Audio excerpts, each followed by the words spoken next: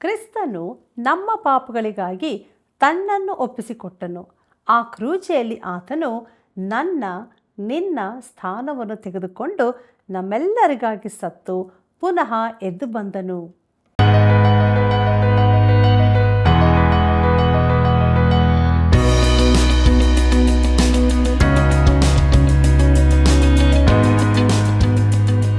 ಪ್ರೀತಿಯುಳ್ಳ ಆತ್ಮೀಯ ಸ್ನೇಹಿತರೆ, ದೈವಾನ್ವೇಷಣೆ ಸತ್ಯವೇದ ಅಧ್ಯಯನ ಕಾರ್ಯಕ್ರಮಕ್ಕೆ ಪ್ರೀತಿಯ ಸುಸ್ವಾಗತ. ಮನುಷ್ಯನು ನೀತಿವಂತನಾಗುವುದು ಧರ್ಮಶಾಸ್ತ್ರದ ಮೂಲಕ ಅಥವಾ ಕೃಪೆಯಿಂದಲೋ? ರಕ್ಷಣೆಗೆ ಯಾವ ನಂಬಿಕೆ ಸಾಕಾಗ್ತದೆ? ಕ್ರಿಸ್ತನಿಂದ ದೊರಕುವ ಬಿಡುಗಡೆ ದೇವರ ಚಿತ್ತವಾಗಿರಬೇಕು. ಈ ಸತ್ಯವನ್ನು ತಿಳಿದುಕೊಳ್ಳೋಣ. ಬನ್ನಿ, ನಮ್ಮ ಅಧ್ಯಯನವನ್ನು ಈಗ ಪ್ರಾರಂಭಿಸೋಣ.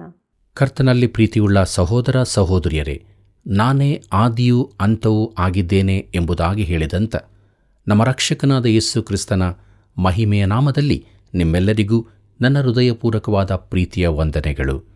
ಪ್ರೀತಿಯುಳ್ಳ ದೇವಜನರೇ, ದೇವರ ವಾಕ್ಯ ಅಧ್ಯಯನವು ನಮ್ಮ ಜೀವಿತಕ್ಕೆ ಎಷ್ಟೊಂದು ಸತ್ಯವನ್ನು ತಿಳಿಯಪಡಿಸಿದೆ ಅಲ್ಲವೇ? ದೇವರಿಗೆ ಮಹಿಮೆಯಾಗಲಿ. ನಮ್ಮ ಅಧ್ಯಯನದಲ್ಲಿ ಮುಂದೆ ಸಾಗುವಾಗ ಪೌಲನು ಗಲಾತ್ಯದವರಿಗೆ ಬರೆದ ಪತ್ರಿಕೆಯ 1ನೇ ಅಧ್ಯಾಯದ ಧ್ಯಾನವನ್ನು ಪ್ರಾರಂಭಿಸೋಣ. ಪ್ರಿಯರೇ, ಇದರ ಮುಖ್ಯ ವಿಷಯಗಳು: ವಂದನೆ, ತಣ್ಣಗಿನ ವಂದನೆ, ವಿಷಯ ಪ್ರಸ್ತಾಪ, ಆವೇಶದ ಮಾತುಗಳು, ಅರೇಬಿಯಾದಲ್ಲಿನ ಪೌಲನ ಅನುಭವಗಳು ಎಂಬುದಾಗಿ ನೋಡುತ್ತೇವೆ. ಪ್ರೀತಿಯುಳ್ಳ ದೇವಜನರೇ, ಯಾವುದೇ ವಿಧವಾದ ಶಾಸ್ತ್ರಾಚರಣೆಯ ವಾದಗಳಿಗೆ ಗಲಾತ್ಯ ಪತ್ರಿಕೆಯು ದೇವರ ಬಲವಾದ ಪ್ರತಿವಾದವಾಗಿರುತ್ತದೆ. ಮೋಶೆಯ ಧರ್ಮಶಾಸ್ತ್ರವನ್ನು ಹೀನೈಸಲಿಲ್ಲ, ಅವಗಣನೆ ಮಾಡಲಿಲ್ಲ, ಇಲ್ಲವೇ ತಿರಸ್ಕರಿಸಲಿಲ್ಲ. ಅದಕ್ಕಿರುವ ಗಾಂಭೀರ್ಯ, ಪರಿಪೂರ್ಣತೆ, ಉದ್ದೇಶ, ಅಗತ್ಯತೆಗಳನ್ನು ಉಳಿಸಿಕೊಳ್ಳಲಾಗಿದೆ. ಆದರೆ ಈ ಎಲ್ಲ ಗುಣಗಳಿಂದಾಗಿಯೇ ಮಾನವನು ದೇವರ ಬಳಿಗೆ ಈ ಮಾರ್ಗವಾಗಿ ಬರಲು ಅಸಾಧ್ಯವಾಗಿರುತ್ತದೆ. ಪ್ರೀತಿಯುಳ್ಳ ದೇವಜನರೇ, ದೇವರ ಎದುರು ನೀತಿವಂತನಾಗಿ ಕಾಣಿಸಿಕೊಳ್ಳಲು ಇನ್ನೊಂದು ಮಾರ್ಗ ಮೋಶೆಯ ಧರ್ಮಶಾಸ್ತ್ರವನ್ನು ಪೂರ್ಣವಾಗಿ ದಾಟಿಕೊಂಡು ಬರುವ ಮಾರ್ಗ ತೆರೆದಿಡಲ್ಪಟ್ಟಿದೆ. ಈ ಹೊಸ ಮಾರ್ಗವು ನಂಬಿಕೆಯ ಮೂಲಕವಾಗಿದೆ. ನಂಬಿಕೆಯನ್ನು ಒತ್ತಿ ಹೇಳಿ ನಂಬಿಕೆಯ ಮೂಲಕ ನೀತಿ ಎಂಬ ಪ್ರಸ್ತಾಪವು ತಿಳಿಸಲ್ಪಟ್ಟಿದೆ. ಹೊಸ ಒಡಂಬಡಿಕೆಯ 3 ಪತ್ರಿಕೆಗಳಲ್ಲಿ ಹಬಕ್ಕೂಕನ ಪ್ರವಾದನೆ ಗ್ರಂಥ 2ನೇ ಅಧ್ಯಾಯ 4ನೇ ವಚನವನ್ನು ಉದ್ಧರಿಸಿ ಹೇಳಲಾಗಿದೆ. ಅದೇನೆಂದರೆ, ನೀತಿವಂತನು ನಂಬಿಕೆಯಿಂದಲೇ ಬದುಕುವನು ಎಂಬುದಾಗಿ. ಪ್ರಿಯರೇ, ಇವುಗಳನ್ನು ವಿವರವಾಗಿ ನೋಡುವಾಗ ರೋಮಾಪುರದವರಿಗೆ ಬರೆದ ಪತ್ರಿಕೆ 1ನೇ ಅಧ್ಯಾಯ 17ನೇ ವಚನದಲ್ಲಿ ನೀತಿವಂತನು ಎಂಬುದಕ್ಕೆ ಒತ್ತು ಕೊಡಲಾಗಿದೆ. ಹಾಗೆಯೇ ಇಬ್ರಿಯರಿಗೆ ಬರೆದ ಪತ್ರಿಕೆ 10ನೇ ಅಧ್ಯಾಯ 38ನೇ ವಚನದಲ್ಲಿ ಬದುಕುವನು ಎಂಬುದಕ್ಕೆ, ಹಾಗೂ ಗಲಾತ್ಯದವರಿಗೆ ಬರೆದ ಪತ್ರಿಕೆ 3ನೇ ಅಧ್ಯಾಯ 11ನೇ ವಚನದಲ್ಲಿ ನಂಬಿಕೆಯಿಂದ ಎಂಬುದಕ್ಕೆ ಒತ್ತು ಕೊಡಲಾಗಿದೆ. ಪ್ರೀತಿಯುಳ್ಳ ಸಹೋದರ ಸಹೋದರಿಯರೇ, ಮಾನವನು ಮೋಶೆಯ ಧರ್ಮಶಾಸ್ತ್ರವಿಲ್ಲದೆ ನಂಬಿಕೆಯಿಂದ ದೇವರೆದುರು ನೀತಿವಂತನಾಗಬಹುದೆಂದು ರೋಮಾಪುರದವರಿಗೆ ಬರೆದ ಪತ್ರಿಕೆಯಲ್ಲಿ ಹೇಳಿಯದೆ. ನಂಬಿಕೆಯಿಂದ ನೀತಿವಂತರಾಗುವುದಕ್ಕೆ ಧರ್ಮಶಾಸ್ತ್ರವನ್ನು ಕೂಡಿಸುವುದನ್ನು ಪೌಲನು ಗಲಾತ್ಯ ಪತ್ರಿಕೆಯಲ್ಲಿ ಖಂಡಿಸುತ್ತಾನೆ. ನಂಬಿಕೆಗೆ ಧರ್ಮಶಾಸ್ತ್ರವನ್ನು ಸೇರಿಸುವುದು ಯಹೂದ್ಯರ ಮೇಲೆ ಹೇರಲ್ಪಟ್ಟದಾಗಿದೆ. ಪೌಲನ ಉತ್ತರ ನಂಬಿಕೆಗೆ ಬೇರೇನೂ ಸೇರಿಸಬೇಕಾಗಿಲ್ಲ ಎಂಬುದೇ. ಪ್ರಿಯರೇ, ಈ ಯಹೂದಿ ಮತಾವಲಂಬಿಗಳು ರಕ್ಷಣೆಗೆ ಸರಳ ನಂಬಿಕೆಯೇ ಸಾಕು ಎಂಬುದಾಗಿ ಬೋಧಿಸುವ ಪೌಲನ ಅಪೋಸ್ತಲತನದ ಅಧಿಕಾರವನ್ನು ಪ್ರಶ್ನಿಸತೊಡಗಿದರು. ಪೌಲನು ತನ್ನ ಅಪೋಸ್ತಲತನವನ್ನು ಸಮರ್ಥಿಸಿಕೊಂಡು ರಕ್ಷಣೆಗೆ ಕೃಪೆಯು ಮಾತ್ರ ಸಾಕೆಂಬ ಸುವಾರ್ಥ ಸತ್ಯವನ್ನು ಪ್ರತಿಪಾದಿಸುತ್ತಾನೆ. ಪ್ರೀತಿಯುಳ್ಳ ದೇವಜನರೇ, ಮುಂದಕ್ಕೆ ನಾವು ತಣ್ಣಗಿನ ವಂದನೆಗಳು ಎಂಬ ವಿಚಾರವನ್ನು ನೋಡೋಣ. ಗಲಾತ್ಯದವರಿಗೆ ಬರೆದ ಪತ್ರಿಕೆ 1ನೇ ಅಧ್ಯಾಯ 1ನೇ ವಚನ ಹೀಗೆ ಹೇಳುತ್ತದೆ: ಮನುಷ್ಯರ ಕಡೆಯಿಂದಾಗಲಿ ಮನುಷ್ಯನ ಮುಖಾಂತರದಿಂದಾಗಲಿ ಅಪೋಸ್ತಲನಾಗಿರದೆ ಯೇಸು ಕ್ರಿಸ್ತನ ಮುಖಾಂತರವು ಆತನನ್ನು ಸತ್ತವರೊಳಗಿಂದ ಎಬ್ಬಿಸಿದ ತಂದೆಯಾದ ದೇವರಿಂದಲೂ ಅಪೋಸ್ತಲ ಉದ್ಯೋಗವನ್ನು ಹೊಂದಿದ ಪೌಲನೆಂಬ ನಾನು ಎಂಬುದಾಗಿ.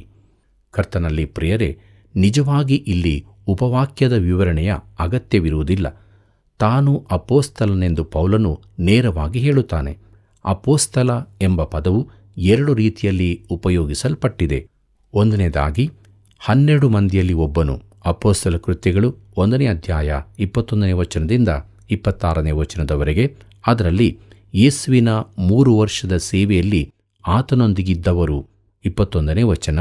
2ನೇದಾಗಿ ಆತನ ಪುನರುತ್ಥಾನದ ಮೊದಲಿನ ಸೇವೆಗೆ ಸಾಕ್ಷಿಗಳಾಗಿದ್ದವರು 22ನೇ ವಚನ. 3ನೇದಾಗಿ ಕ್ರಿಸ್ತನಿಂದ ಆರಿಸಲ್ಪಟ್ಟವರು. ಅಪೊಸ್ತಲ ಕೃತ್ಯಗಳು 9ನೇ ಅಧ್ಯಾಯ 15ನೇ ವಚನ, 26ನೇ ಅಧ್ಯಾಯ 16ರಿಂದ 17ನೇ ವಚನದವರೆಗೆ.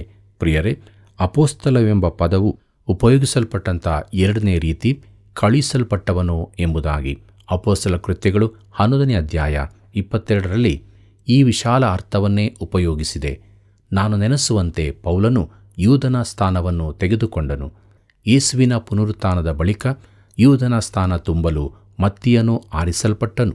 ಆದರೆ ಅಪೊಸ್ತಲ ಕೃತ್ಯಗಳು 1ನೇ ಅಧ್ಯಾಯ 15ನೇ ವಚನದಿಂದ 26ನೇ ವಚನದಲ್ಲಿನ ವೃತ್ತಾಂತವಲ್ಲದೆ ಬೇರೆಲ್ಲಿಯೂ ಮತ್ತಿಯನ ಕುರಿತಾಗಿ ಹೇಳಲ್ಪಟ್ಟಿಲ್ಲ.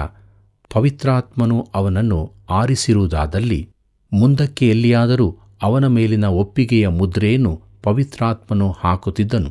ಆದರೆ ಪವಿತ್ರಾತ್ಮನು ಮುದ್ರೆಯನ್ನು ಕೊಡಲ್ಪಡುವ ಮೊದಲು ಮತ್ತಿಯನು ಅಪೊಸ್ತಲನಾಗಿ ಆಯ್ಕೆ ಮಾಡಲ್ಪಟ್ಟಿದ್ದನು.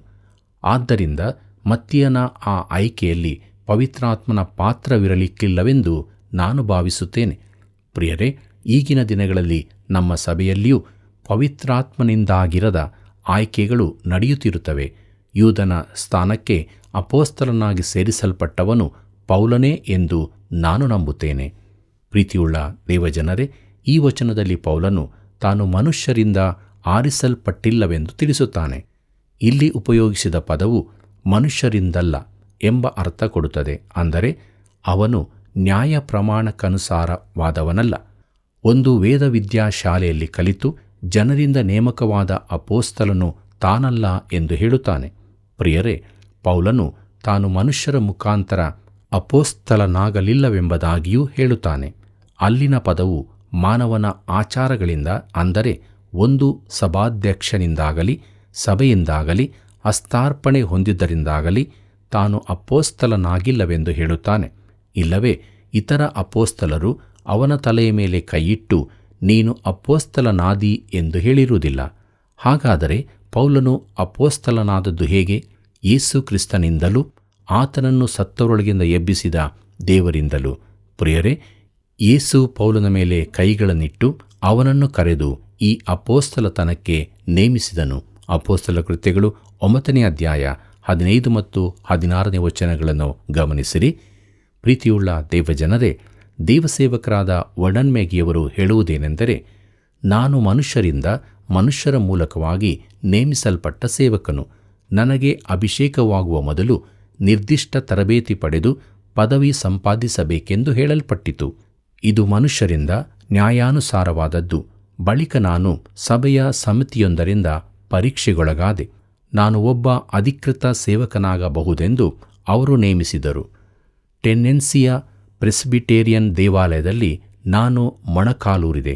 ಜನರ ಒಂದು ತಂಡ ನನ್ನ ಮೇಲೆ ಕೈಗಳನ್ನಿಟ್ಟು, ಈಗ ನೀನೊಬ್ಬ ಹಸ್ತಾರ್ಪಣ ಹೊಂದಿದ ಸಭಾಸೇವಕನು ಎಂದು ಹೇಳಿದರು. ನಾನು ಈ ರೀತಿ ಸೇವಕನಾದವನು ಎಂಬುದಾಗಿ.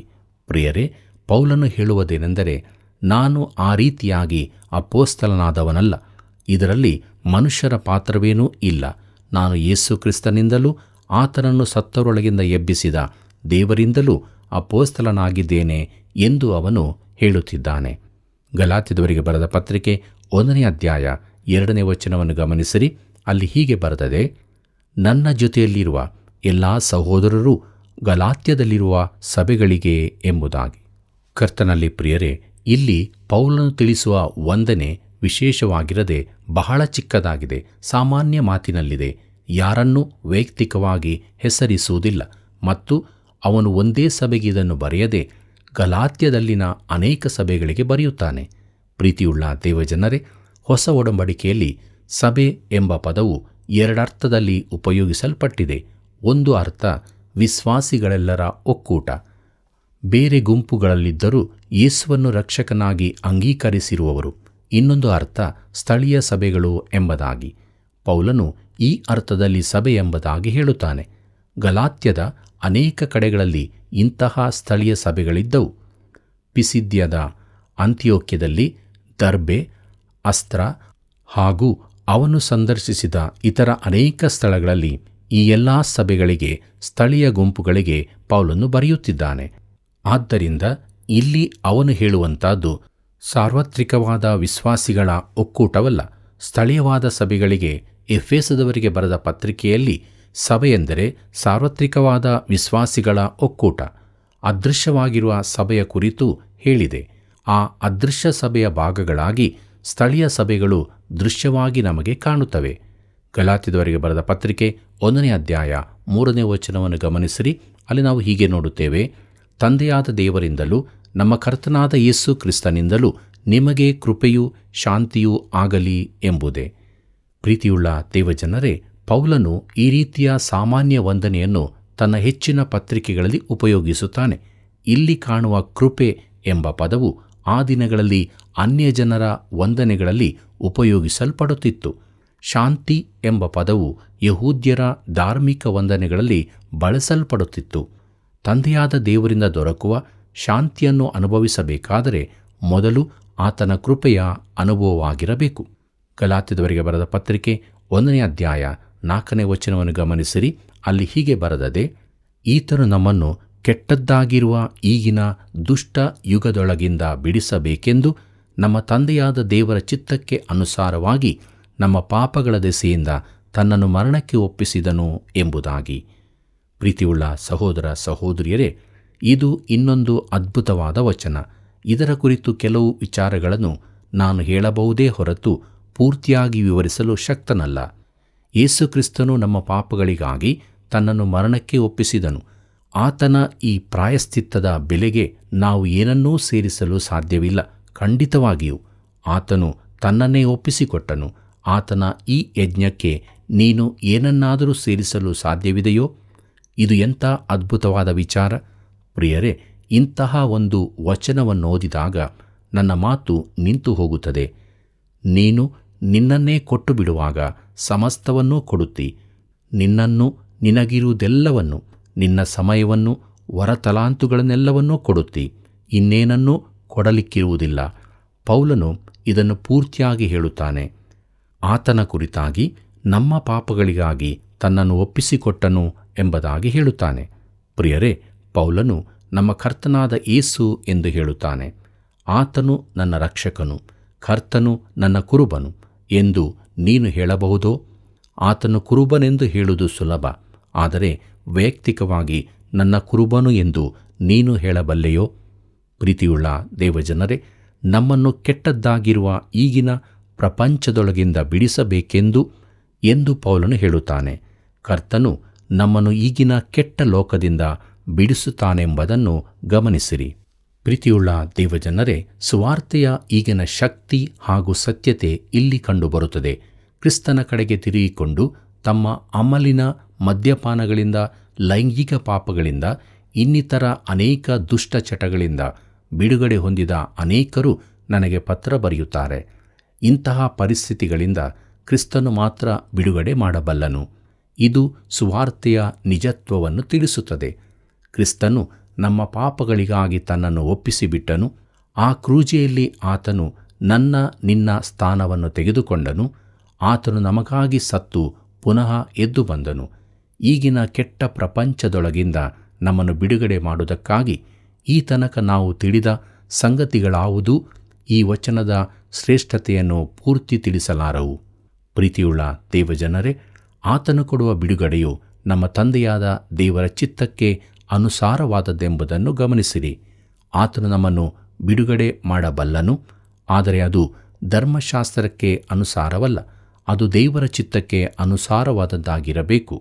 ನಾವು ರಕ್ಷಿಸಲ್ಪಟ್ಟ ಮೇಲೆ ಪಾಪದಲ್ಲಿ ಬದುಕಬಾರದೆಂದೇ ಆತನ ಚಿತ್ತವಾಗಿದೆ.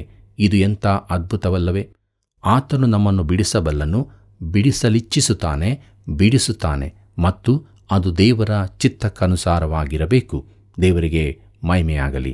ಗಲಾತ್ಯದವರಿಗೆ ಬರೆದ ಪತ್ರಿಕೆ 1ನೇ ಅಧ್ಯಾಯ 5ನೇ ವಚನ ಹೀಗೆ ಹೇಳುತ್ತದೆ: ದೇವರಿಗೆ ಯುಗಯುಗಾಂತರಗಳಲ್ಲಿಯೂ ಸ್ತೋತ್ರ, ಆಮೇನ್ ಎಂಬುದಾಗಿ. ಪ್ರೀತಿಯುಳ್ಳ ದೇವಜನರೇ, ಇಲ್ಲಿ ಪೌಲನು ಕ್ಷಣ ಹೊತ್ತು ನಿಂತು ದೇವರಿಗೆ ಸ್ತೋತ್ರ ಹೇಳುತ್ತಾನೆ. ನಾವು ದೇವರಿಗೆ ಸ್ತೋತ್ರ ಸಲ್ಲಿಸಬೇಕಾದಷ್ಟು ಸಲ್ಲಿಸುತ್ತಿಲ್ಲ. ಈಗಲೇ ನಾವು ನಿಂತು ಯೋಚಿಸೋಣ. ಇಂದು ಬೆಳಿಗ್ಗೆ ಎದ್ದ ಕೂಡಲೇ ದೇವರಿಗೆ ಸ್ತೋತ್ರ ಹೇಳಿದ್ದೇವಾ? ಹೊಸ ದಿನಕ್ಕಾಗಿ ಉಪಕಾರ ಹೇಳಿದ್ದೇವಾ? ಮಳೆ ಬರುತ್ತಿದೆ ಎಂದು ನಾವು ಹೇಳುತ್ತೇವೆ, ಆದರೆ ಅದಕ್ಕಾಗಿ ಇಲ್ಲವೇ ಹೊಸ ದಿನಕ್ಕಾಗಿ ನಾವು ದೇವರನ್ನು ಸ್ತುತಿಸಿದ್ದೇವಾ? ಪ್ರೀತಿಯುಳ್ಳ ದೇವಜನರೇ, ದೇವಸೇವಕರಾದ ವರ್ಡನ್ ಮ್ಯಾಗಿಯವರು ಹೇಳುವುದೇನೆಂದರೆ, ನಾನು ಆತನನ್ನು ಸ್ತುತಿಸುವ ಈ ಸ್ಥಿತಿಗೆ ಬರುವ ಮೊದಲು ಕ್ಯಾನ್ಸರ್ನ ಪೆಟ್ಟು ತಿನ್ನಬೇಕಾಯಿತು.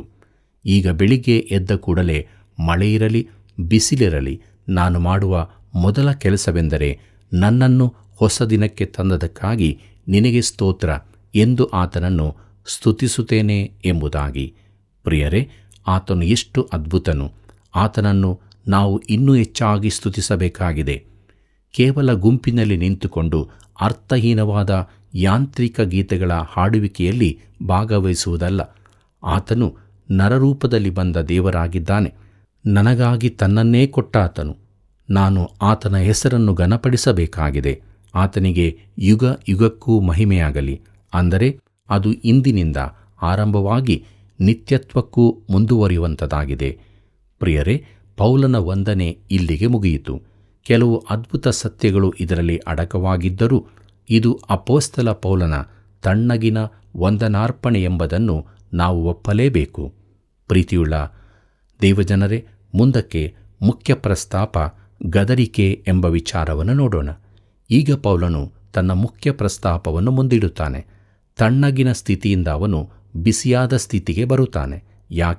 ಯಾಕಂದರೆ ಅನೇಕರು ಸುವಾರ್ತೆಯನ್ನು ವಿರೂಪಗೊಳಿಸಿದ್ದಾರೆ. ಪೌಲನು ಸುವಾರ್ತೆಗಾಗಿ ತನ್ನ ಪ್ರಾಣವನ್ನಾದರೂ ಕೊಟ್ಟಾನು. ಗಲಾತ್ಯದವರಿಗೆ ಬರೆದ ಪತ್ರಿಕೆ 1ನೇ ಅಧ್ಯಾಯ 6ನೇ ವಚನವನ್ನು ಗಮನಿಸಿರಿ. ಅಲ್ಲಿ ಹೀಗೆ ಬರೆದದೆ, ಕ್ರಿಸ್ತನ ಕೃಪೆಯಿಂದ ನಿಮ್ಮನ್ನು ಕರೆದಾತನನ್ನು ನೀವು ಇಷ್ಟು ಬೇಗನೆ ಬಿಟ್ಟು ಬೇರೆ ಸುವಾರ್ತೆಯನ್ನು ಹಿಡಿದಿರುವುದಕ್ಕೆ ಆಶ್ಚರ್ಯಪಡುತ್ತೇನೆ ಎಂಬುದಾಗಿ. ಕರ್ತನಲ್ಲಿ ಪ್ರಿಯರೇ, ಸುವಾರ್ತೆಯಲ್ಲಿ 2 ವಿಚಾರಗಳಿರುತ್ತವೆ. ನಾವು ಅದನ್ನು 2 ವಿಧವಾಗಿ ಪರಿಗಣಿಸಬಹುದು. ಅದರಲ್ಲಿ ಮೊದಲನೆಯದು ಸುವಾರ್ತೆಯ ಸತ್ಯಾಂಶಗಳು, ಎರಡನೆಯದು ಈ ಸತ್ಯಾಂಶಗಳ ಅರ್ಥೈಸುವಿಕೆ. ಪ್ರಿಯರೇ, ಸುವಾರ್ತೆಯ ಸತ್ಯಾಂಶಗಳೆಂದರೆ ಕ್ರಿಸ್ತನ ಮರಣ, ಹೂಣಿಡುವಿಕೆ ಹಾಗೂ ಶರೀರಧಾರಿಯಾಗಿ ಪುನರುತ್ಥಾನವಾದದ್ದು. ಪೌಲನು ಕೊರಿಂಥದವರಿಗೆ ಹೇಳಿದ್ದಾನೆ. ಕೊರಿಂಥದವರಿಗೆ ಬರೆದ 1ನೇ ಪತ್ರಿಕೆ 15ನೇ ಅಧ್ಯಾಯ 3 ಮತ್ತು 4ನೇ ವಚನದಲ್ಲಿ, ನಾನು ನಿಮಗೆ ತಿಳಿಸಿದ ಮೊದಲನೆಯ ಸಂಗತಿಗಳೊಳಗೆ ಒಂದು ಸಂಗತಿಯನ್ನು ನಿಮಗೆ ತಿಳಿಸಿಕೊಟ್ಟೆನು. ಅದು ನಾನೂ ಸಹ ಕಲಿತುಕೊಂಡದ್ದೇ. ಅದೇನೆಂದರೆ, ಶಾಸ್ತ್ರದಲ್ಲಿ ಮುಂತಿಳಿಸಿರುವ ಪ್ರಕಾರ ಕ್ರಿಸ್ತನು ನಮ್ಮ ಪಾಪಗಳ ನಿವಾರಣೆಗಾಗಿ ಸತ್ತನು, ಹೂಣಲ್ಪಟ್ಟನು, ಶಾಸ್ತ್ರದ ಪ್ರಕಾರವೇ 3ನೇ ದಿನದಲ್ಲಿ ಎಬ್ಬಿಸಲ್ಪಟ್ಟನು ಎಂಬುದೇ. ಪ್ರಿಯರೇ, ಇದು ಸುವಾರ್ತೆಯ ಚಾರಿತ್ರಿಕ ಸತ್ಯಾಂಶವಾಗಿದೆ ಮತ್ತು ಇದನ್ನು ಯಾರೂ ಬದಲಾಯಿಸಲು ಸಾಧ್ಯವಿಲ್ಲ. ಈ ಸತ್ಯಾಂಶಗಳನ್ನು ತಿಳಿಸದೆ ಸುವಾರ್ತೆ ಸಾರಲು ಸಾಧ್ಯವಿಲ್ಲ. 2ನೇ ಭಾಗ ಸುವಾರ್ತೆಯನ್ನು ಅರ್ಥ ಮಾಡಿಕೊಳ್ಳುವ ರೀತಿ. ಅವನ್ನು ನಾವು ನಂಬಿಕೆಯಿಂದ ಸ್ವೀಕರಿಸಬೇಕೇ ಹೊರತು ಇನ್ನೇನೂ ಇರುವುದಿಲ್ಲ. ಕರ್ತನಲ್ಲಿ ಪ್ರಿಯರೇ, ಪೌಲನು ಗಲಾತ್ಯದವರಿಗೆ ಬರೆದ ಈ ಪತ್ರಿಕೆಯ ಮುಖ್ಯ ಪ್ರಸ್ತಾಪವು ಈ ಸುವಾರ್ತೆಯ ಸತ್ಯಾಂಶಗಳ ಅರ್ಥೈಸುವಿಕೆಯ ಕುರಿತಾದದ್ದೇ ಆಗಿದೆ. ಯಹೂದಿ ಮತಾವಲಂಬಿಗಳು ಪೌಲನ ನಂತರ ಗಲಾತ್ಯ ಪ್ರಾಂತ್ಯಕ್ಕೆ ಬಂದರು.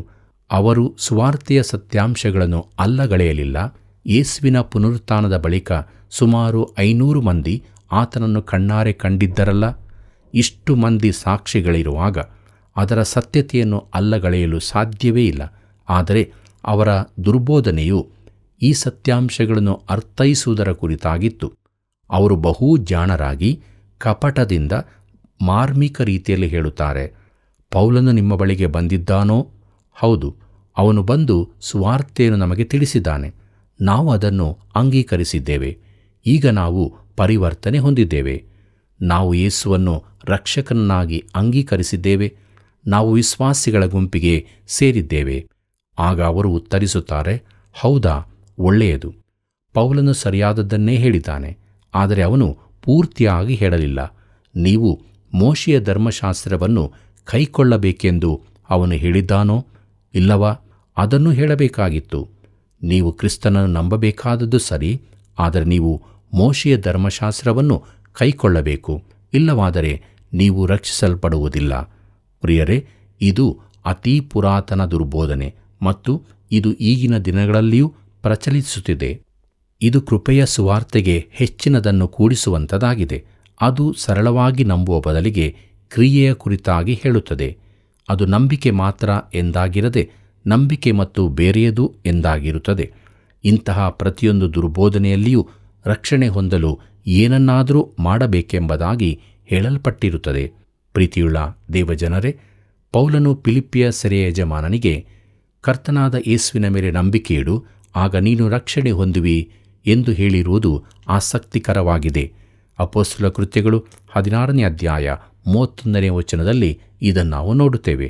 ಪ್ರಿಯರೇ, ಸೀಮೋನ್ ಪೇತ್ರನು ಸಭಾ ಹಿರಿಯರಿಗೆ ಆ ಹೆಸರಿನಿಂದಲೇ ಹೊರತು ಆಕಾಶದ ಕೆಳಗೆ ಮನುಷ್ಯರೊಳಗೆ ಕೊಡಲ್ಪಟ್ಟಿರುವ ಬೇರೆ ಯಾವ ಹೆಸರಿನಿಂದಲೂ ನಮಗೆ ರಕ್ಷಣೆಯಾಗುವುದಿಲ್ಲ ಎಂದು ಹೇಳಿದನು.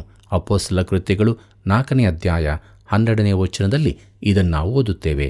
ಪ್ರಿಯರೇ, ಕೃಪೆಯಿಂದ ರಕ್ಷಣೆ ದೊರೆಯುತ್ತದೆಂಬ ಸುವಾರ್ತೆಯನ್ನು ಸಾರಿ ಹೇಳಲು ಕ್ರಿಸ್ತನು ಅಪೊಸ್ತಲರಿಗೆ ಅಪ್ಪಣೆ ಕೊಟ್ಟನು. ತಮ್ಮ ರಕ್ಷಣೆಗಾಗಿ ಅವರು ಏನನ್ನೂ ಮಾಡಬೇಕಾಗಿರಲಿಲ್ಲ. ಕ್ರಿಸ್ತನು ತಮಗಾಗಿ ಈಗಾಗಲೇ ಮಾಡಿದ್ದನ್ನು ನಂಬಬೇಕಾಗಿತ್ತು. ಸುವಾರ್ತೆಯು ಎಲ್ಲ ಕ್ರಿಯೆಗಳನ್ನು ದೂರೀಕರಿಸುತ್ತದೆ. ಈಗ ಪೌಲನು ಗಲಾತ್ಯದ ವಿಶ್ವಾಸಿಗಳಿಗೆ ಬರೆಯುತ್ತಾ ಹೀಗೆ ಹೇಳುತ್ತಿದ್ದಾನೆ: ಕ್ರಿಸ್ತನ ಕೃಪೆಯಿಂದ ನಿಮ್ಮನ್ನು ಕರೆದಾತನನ್ನು ನೀವು ಇಷ್ಟು ಬೇಗನೆ ಬಿಟ್ಟು ಬೇರೆ ಸುವಾರ್ತೆಯನ್ನು ಹಿಡಿದಿರುವುದಕ್ಕೆ ಆಶ್ಚರ್ಯಪಡುತ್ತೇನೆ ಎಂಬುದಾಗಿ. ಪ್ರಿಯರೇ, ಗಲಾತ್ಯದವರಿಗೆ ಬರೆದ ಪತ್ರಿಕೆ 1ನೇ ಅಧ್ಯಾಯ 7ನೇ ವಚನವನ್ನು ಗಮನಿಸಿರಿ. ಅಲ್ಲಿ ಹೀಗೆ ಬರೆದದೆ: ಅದು ಸುವಾರ್ತೆಯೇ ಅಲ್ಲ, ಆದರೆ ಕೆಲವರು ನಿಮ್ಮಲ್ಲಿ ಭೇದವನ್ನು ಹುಟ್ಟಿಸುತ್ತಾ ಕ್ರಿಸ್ತನ ಸುವಾರ್ತೆಯನ್ನು ಮಾರ್ಪಡಿಸುವುದಕ್ಕೆ ಅಪೇಕ್ಷಿಸುತ್ತಾ ಇದ್ದಾರೆ ಎಂಬುದಾಗಿ. ಪ್ರೀತಿಯುಳ್ಳ ದೇವಜನರೇ, ಮಾರ್ಪಡಿಸುವುದು ಎಂಬುದರ ಗ್ರೀಕ್ ಮೂಲದ ಪದವು ವಿರೂಪಗೊಳಿಸುವುದು ಎಂಬ ಅರ್ಥವನ್ನು ಕೊಡುತ್ತದೆ. ಇದು ಅತೀ ಕಠಿಣ ಪದವಾಗಿದೆ. ಅಪೊಸ್ತಲ ಕೃತ್ಯಗಳು 2ನೇ ಅಧ್ಯಾಯ 20ರಲ್ಲಿ ಲೂಕನು ಸೂರ್ಯನು ಕತ್ತಲಾಗುವ ಕುರಿತು, ಯಾಕೋಬನು 4ನೇ ಅಧ್ಯಾಯ 9ನೇ ವಚನದಲ್ಲಿ ನಗುವುದನ್ನು ಬಿಟ್ಟು ಗೋಳಾಡುವ ಕುರಿತು ಹೇಳುವಾಗ ಈ ಪದವನ್ನೇ ಬಳಸುತ್ತಾರೆ. ಸುವಾರ್ತೆಯನ್ನು ಬದಲಾಯಿಸುವ ಪ್ರಯತ್ನವು ಅದರ ನಿಜ ಸ್ಥಿತಿಯನ್ನು ಬದಲಾಯಿಸುವಂಥದ್ದಾಗಿದೆ. ಇದನ್ನು ನಾವು ಗಮನಿಸಬೇಕಾಗಿದೆ. ಪ್ರೀತಿಯುಳ್ಳ ದೇವಜನರೇ, ನಾವಾದರೂ ನಮಗೆ ದೊರೆತಂಥ ನಿಜವಾದ ಸುವಾರ್ತೆಯನ್ನೇ ನಂಬಿದವರಾಗಿ ಆ ಸುವಾರ್ತೆಗೆ ಯೋಗ್ಯರಾಗಿ ಜೀವಿಸಿ ದೇವರನ್ನು ಘನಪಡಿಸೋಣ. ಹೀಗಾಗುವಂತೆ ದೇವರು ತಾನೇ ನಮಗೆ ಸಹಾಯ ಮಾಡಿ ನಡೆಸಲಿ. ಕರ್ತನ ಕೃಪೆಯು ಸದಾ ನಿಮ್ಮ ಸಂಗಡ ಇರಲಿ. ಪ್ರಿಯರೇ, ಪೌಲನ ತಣ್ಣಗಿನ ವಂದನೆಗಳ ವಿಷಯದಲ್ಲಿ ನಾವು ಅನೇಕ ಸಂಗತಿಗಳನ್ನು ತಿಳಿದುಕೊಂಡೆವು. ನೀತಿವಂತನು ನಂಬಿಕೆಯಿಂದಲೇ ಬದುಕುವನು. ನಂಬಿಕೆಗೆ ಬೇರೆ ಏನಾದರೂ ಸೇರಿಸಿದರೆ ಅದು ವಾಕ್ಯಕ್ಕೆ ವಿರುದ್ಧವಾಗುತ್ತದೆ. ಆದುದರಿಂದ ಸುವಾರ್ತೆಯ ಸತ್ಯಕ್ಕೆ ವಿಧೇಯರಾಗಿ ಜೀವಿಸೋಣ, ದೇವರನ್ನು ಘನಪಡಿಸೋಣ. ಪ್ರಾರ್ಥನೆಯನ್ನು ಮಾಡೋಣ. ಪ್ರೀತಿಯುಳ್ಳ ಕರ್ತನೆ, ಈ ನಿನ್ನ ಜೀವವುಳ್ಳ ವಾಕ್ಯಗಳಿಗಾಗಿ ನಾವು ನಿನಗೆ ಅನಂತ ಸ್ತೋತ್ರ ಮಾಡ್ತೇವೆ. ಹೌದು ಕರ್ತನೆ, ಸುವಾರ್ತೆಯು ಎಷ್ಟೋ ಶ್ರೇಷ್ಠವಾದಂಥ ವಾರ್ತೆ. ಅದು ಶುಭವಾರ್ತೆ ಆಗಿರುವಂಥದ್ದು. ಪ್ರತಿ ಮನುಷ್ಯನಿಗೆ ರಕ್ಷಣೆಯನ್ನು ಕೊಡುವಂಥ ವಾರ್ತೆ ಆಗಿದೆ. ಪ್ರಿಯ ಕರ್ತನೆ, ಈ ವಾಕ್ಯಗಳನ್ನು ವೀಕ್ಷಿಸುತ್ತಿರುವಂಥ, ಕೇಳುತ್ತಿರುವಂಥ ನಮ್ಮ ಪ್ರಿಯ ಬಾಂಧವರನ್ನು ಆಶೀರ್ವದಿಸು. ಅವರು ಕೂಡ ನಿನ್ನ ಪ್ರೀತಿಯ ರುಚಿಯನ್ನು ನೋಡಲಿ, ಕ್ರಿಸ್ತನ ಮಕ್ಕಳಾಗಿ ಬಾಳುವಂತೆ ಸಹಾಯ ಮಾಡು. ಯೇಸುವಿನ ನಾಮದಲ್ಲಿ ಬೇಡಿದ್ದೇವೆ, ಆಮೇನ್. ಆತ್ಮೀಯ ವೀಕ್ಷಕರೇ, ದೇವರ ವಾಕ್ಯದ ಅಧ್ಯಯನವು ಎಷ್ಟೊಂದು ಅರ್ಥಗರ್ಭಿತವಾಗಿತ್ತು ಅಲ್ವೇ? ಪ್ರತಿಯೊಬ್ಬನ ಆತ್ಮಿಕ ಬೆಳವಣಿಗೆಗಾಗಿ ಪ್ರಸಾರಗೊಳ್ಳುವ ಈ ಕಾರ್ಯಕ್ರಮದ ಅಭಿವೃದ್ಧಿಗಾಗಿ ಹಿಂದೆ ಕರೆ ಮಾಡಿರಿ. ಮತ್ತೆ ಸಂಧಿಸೋಣ. ವಂದನೆಗಳು.